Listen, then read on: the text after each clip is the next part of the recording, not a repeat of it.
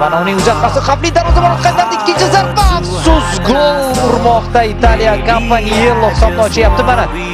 Asosiy sababchi Inacio bo'lib. Oldi jarima maydonchasida. Hisobni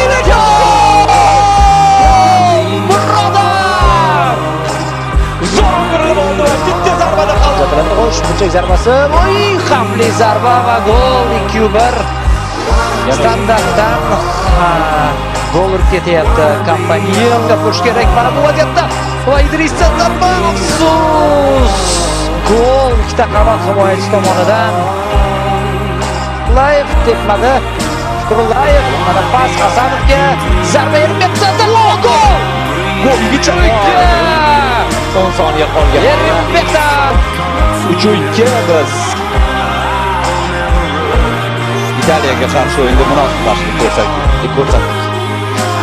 Italiya